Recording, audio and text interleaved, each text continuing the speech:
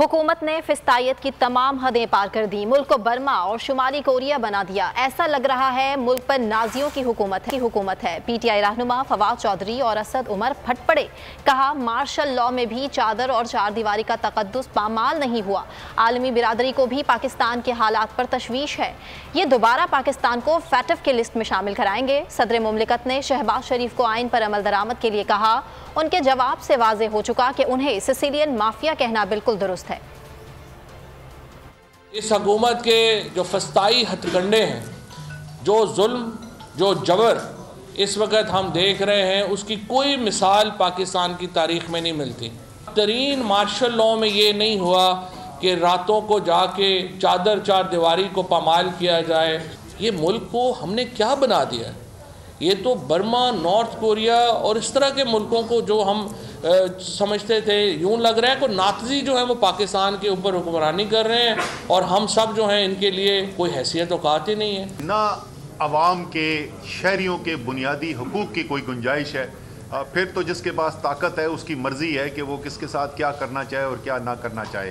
पाकिस्तान की तारीख की बदतरीन महंगाई इन्होंने उतार दी। सिर्फ बदतरीन नहीं, पाकिस्तान की तारीख में जितनी सबसे ज्यादा महंगाई हुई थी उससे 2 गुना इस वक्त महंगाई हुई भी है। और ये बात वो अच्छी तरीके से समझते हैं, इसीलिए वो इलेक्शनों से भाग रहे हैं। उनको पता है अवाम ने उनके साथ क्या करना है। अगर वाकई में ये इमरान खान की वजह से किया होता ये आज इलेक्शन तो नजर आ रहा है सामने लिखा हुआ है जुल्म मिटने के लिए 2 चीजों से मिटेगा भाई। एक, अदल की कुर्सी पे जो लोग बैठते हैं ना, वो अदल के हिसाब से फैसले करने लगे।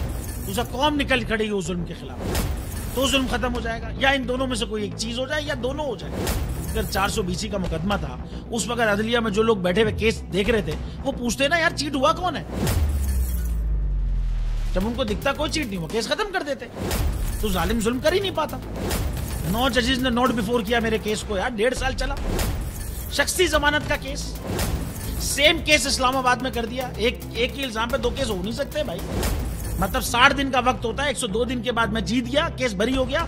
102 दिन के बाद अपील फाइल की, एक्सेप्ट कर ली। नहीं करते ना एक्सेप्ट, खत्म हो जाता ना जुल्म यार। भरी अदालत में मुझे बरी कर दिया, फिर पता नहीं क्या हुआ 2.5 घंटे बाद का नोट बिफोर। मैं नहीं सुनता ये केस, खड़े रहते अपने फैसले पे, मिट जाता जुल्म। अल्लाह ताला ने बिठाया इन कुर्सियों पे इनको यार, ये अल्लाह ताला की तरफ से फैसले करने हैं। तो या तो ये फैसले आएंगे, जुल्म मिट जाएगा, या कौम खड़ी हो जाएगी जुल्म के खिलाफ।